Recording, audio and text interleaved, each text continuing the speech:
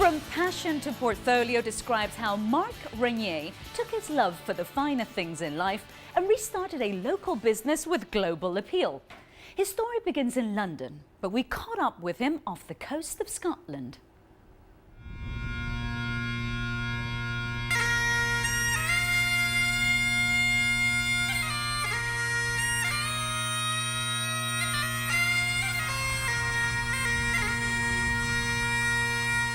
In 1985, London wine merchant Marc Renier sampled a bottle of 30-year-old Bruichladdich whiskey. That taste lured him to holiday on the Scottish island of Islay, Bruichladdach's home. What he discovered was an abandoned distillery. It became a New Year's resolution that every January I'd write asking if they'd let me have the chance to buy the distillery. And then on the 10th year of writing, I actually managed to get a reply saying yes, they would sell it. The place had been closed for 7 years. The equipment really creaked and groaned at first. The distillery was in a pretty poor position. We spent 6 months renovating it. First of all, we had to get all the guys back. When they explained that they were going to keep the old traditional methods and the old machinery and so on and so forth, I very quickly made my mind up I was coming back. And to actually have it running and to see the spirit coming through the safe on that day was a big moment for everyone. And there was this puff of smoke coming out of the boilers, and Bruichladdich was back. The Hebridean community of Islay soon had Renier under its spell. Islay is a very magical place. It has a very spiritual atmosphere. It's a wild, exposed island thrust out into the Atlantic Ocean. Whiskey is part of our Scottish heritage. It's part of everything that happens in this country.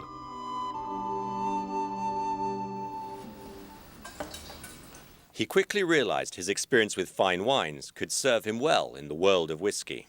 Bruichladdich is a very refined, very sophisticated spirit, something that actually had the same degree of complexity and sophistication as a wine.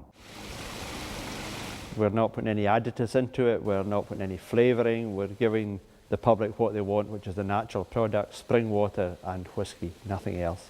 It was easy to convince private investors of the concept of my project, but it was impossible to convince a bank. They thought I was mad.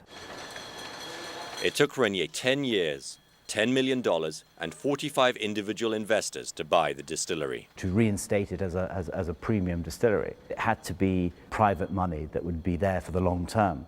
I think Bruichladdich is very secure for the future. I think we're leading the way in how whiskey probably should be made, and long may it last.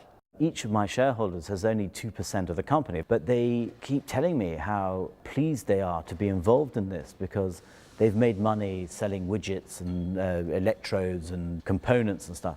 But this is something they can actually touch and drink and enjoy. You know, this is my whiskey, Bruichladdich. You know, this, I own this. You can't really say that about widgets, can you? And 5 years down the line, here we are. We're actually making money now, and Bruichladdich is really well known throughout the world. In our first year, we won Distillery of the Year, and we were very pleasantly surprised to win it again in 2003. Renier is clear about the reason for the success of his alternative investment. You have to follow your heart as much as your head. Make sure you get the right people around you. Choose your investors carefully so that they understand the length of what their investment is going to be. For Marc Renier, what started off as a tasting trip has turned into a profitable enterprise. I never want to wear a tie and a suit ever again.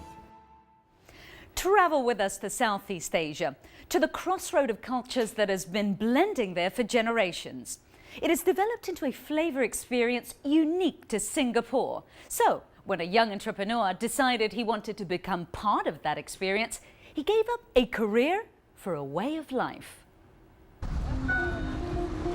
Spend a day wandering through Singapore, you're bound to work up an appetite. In this city-state, there are plenty of eateries to choose from. These guys are masters. The art of frying 2 types of noodles. It's yellow noodles and bihun, which is rice vermicelli. One hungry Singaporean has made a business out of finding the tastiest of the tastiest. It looks like nothing, but it tastes like heaven. His name is KF Sito, and he's a man with a motor scooter and a mission. combing the streets with an army of food spies, uncovering the most mouth-watering meals in town and sharing them with the world. When you come to Singapore, when you live here, I mean, what else is there to do? You eat. Cito worked as a photographer with the local newspaper, but developed an appetite for business. I was really bored as a professional photographer. 10 years ago, I was doing a lot of work, and I said, you know, it's getting very tedious, it's very physical, and I thought I wanted to do something more with the skills that I've acquired in writing, in photography, in publishing. Combine that with his other passion, food. Years of munching on local delicacies gave him near encyclopedic knowledge of every wok in town. Come on, the Chinese, especially the Cantonese, they eat everything with legs except tables and chairs, and anything with wings except aeroplane. Singapore has a thriving street food culture with thousands of licensed hawkers. It's a culinary heritage deeply rooted in the tiny nation's history. Many, many years ago, the folks from China, India, and the archipelago, even from the West, even from Portugal and the Arabs, they came here to trade. And of course, you can't trade on an empty stomach, so they brought along their own food culture. But over the years, the Indians were looking over the Chinese, oh, the guy's frying noodles, and this guy's, oh, he's steaming something. The result is a unique multicultural cuisine, and Cito set out to celebrate it. His idea was to create an Asian version of the popular European Michelin restaurant guide. Cito gave his creation a cheeky name, Makan Sutra, Makan being the Malay word for food. The book is now in its 6th edition. The top hawkers or chefs or cooks that we endorse are what I call soldiers of Singapore's culinary culture. They defend it. They are very proud of what they do. Aside from Singapore, there are now editions for Malaysia and Indonesia, with others planned for Thailand and Vietnam. But Makan Sutra has grown beyond the guides. Cito runs hawker centers, food tours, and a restaurant consultancy. Hello, how are you? I talk to you. How's your laksa? And when he's not cooking up new business plans, he still manages to indulge his taste buds. And I realized after about 10 years in this business, it's that the bigger my island of knowledge, the wider my shores of curiosity. Cheers. It's off to South America when we come back. That's where we found Eduardo Fischer, a man who has something in common with world-famous singer Pavarotti. We'll show you how he turned his passion into a substantial portfolio when this special CNN presentation returns.